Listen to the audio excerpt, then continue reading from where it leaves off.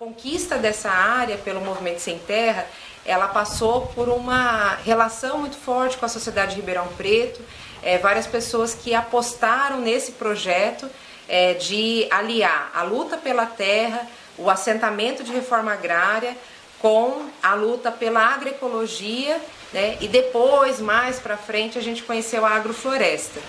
É que a agrofloresta é você dar à planta um ambiente parecido àquele que ela tem na natureza, né?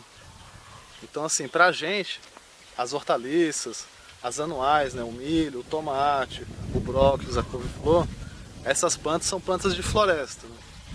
Não é assim que elas dão embaixo da floresta. Geralmente essas plantas ocorrem em clareira da floresta, quando cai uma árvore, quando o vento derruba uma floresta. Esse é o momento que essas plantas vêm, né? Então são plantas do solo de floresta, né? Então esse sistema aqui é um sistema que replica essa ideia da clareira da floresta.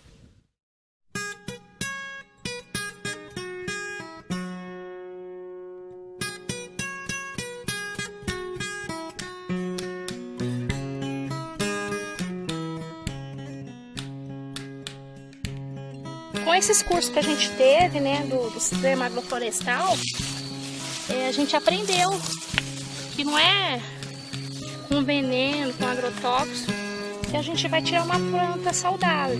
A gente consegue tirar uma planta saudável ao natural. Você faz uma mini floresta e daqui mesmo você se autorregulariza o sistema, né? Sem tanta doença, sem tanto dano ao ambiente, né?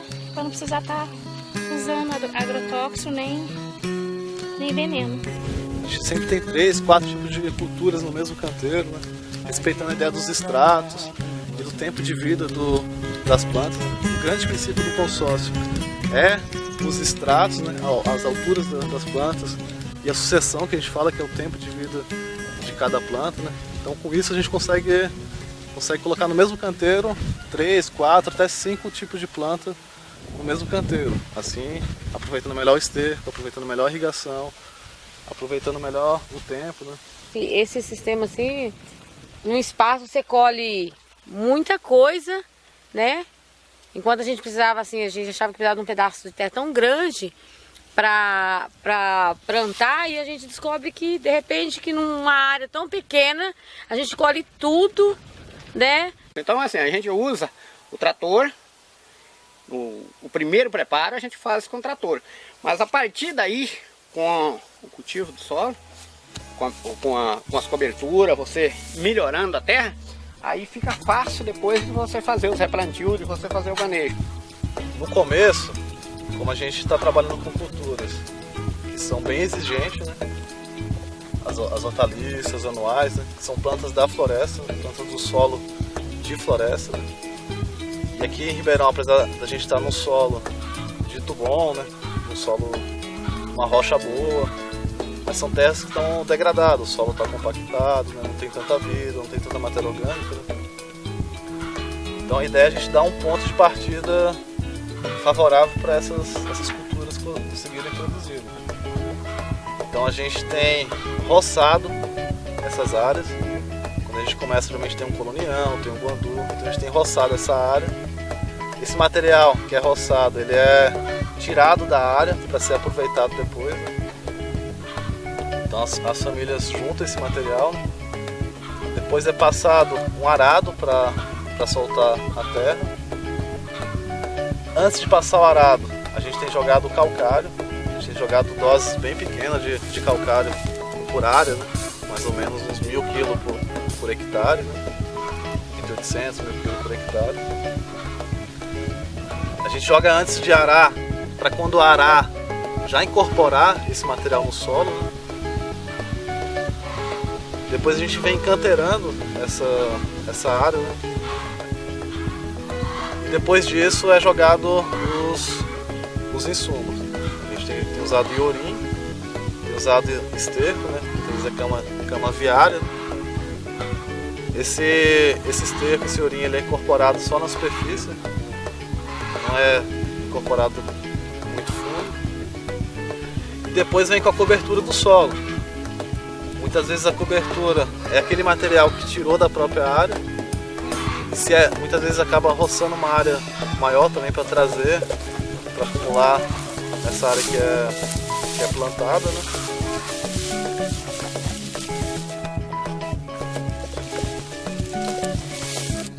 A gente vê que é bem importante cobrir o caminho e as beiradas do canteiro também.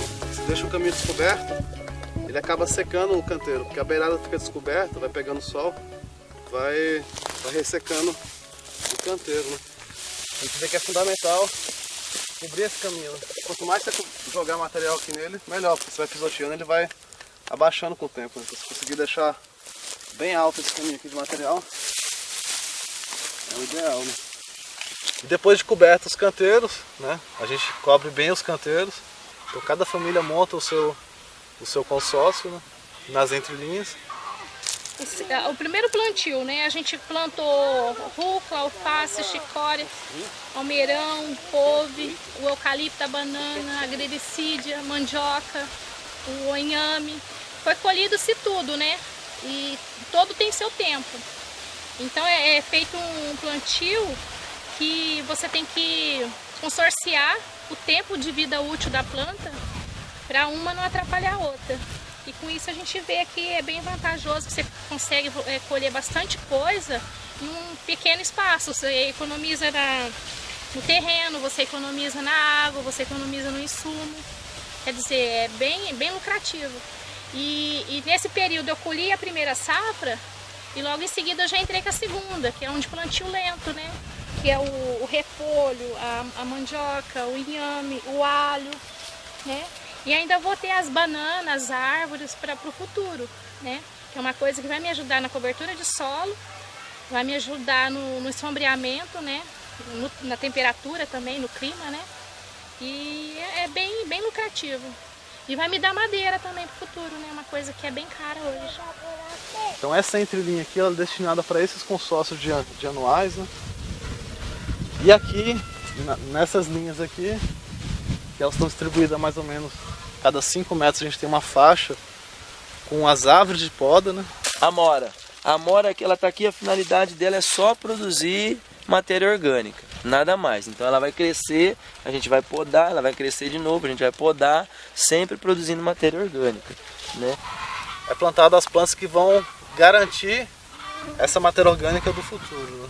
E geralmente é uma matéria orgânica de maior qualidade, que a matéria orgânica da árvore a gente fala que é o melhor material que você pode dar para o solo é a matéria orgânica de árvore, né? E aqui no caso de Ribeirão Preto a gente tem usado bastante glicídia, cinamomo, mutamba, aroeira e principalmente o eucalipto, né? Por ser uma espécie que cresce bastante rápido, aceita bastante a poda, né?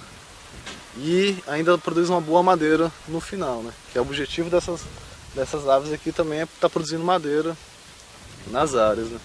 E a gente tem plantado também bananeira, mas a bananeira nesse tipo de área tem sido pensada principalmente para a produção de matéria orgânica. É muito importante você abrir também aí o caule da bananeira. Ela produz muita água e produz a matéria orgânica. Então vamos colocar aqui o meu pé de laranja.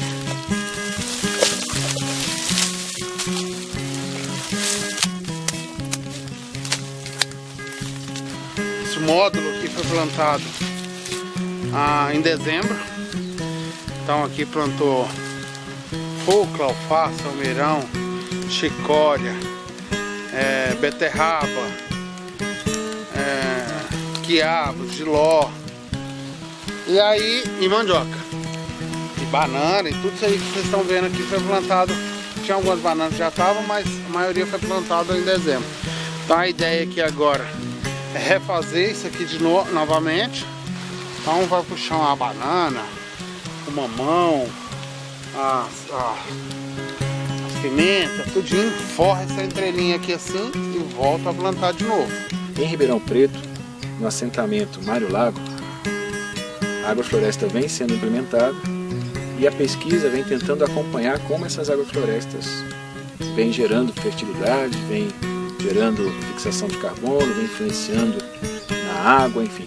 Geralmente a agricultura não faz isso. A agricultura convencional, ela faz perder o carbono do solo. A agricultura convencional tira carbono do solo e coloca para a atmosfera. A agrofloresta, além de produzir alimentos, vem fixando esse carbono que está em excesso na atmosfera em função de todas as mudanças feitas pelo homem, especialmente nos últimos 100 anos, e transformando isso em biomassa de solo, transformando isso em produção de alimentos e de biodiversidade. Construir centros de referência para a prática de uma agricultura não egoísta, uma agricultura não capitalista, uma agricultura que não é fundamentada na ilusão de sermos separados, na ilusão de que não pertencemos ao organismo do planeta Terra. A consciência de que nós somos sem terra porque a terra não nos pertence, somos nós que pertencemos à terra.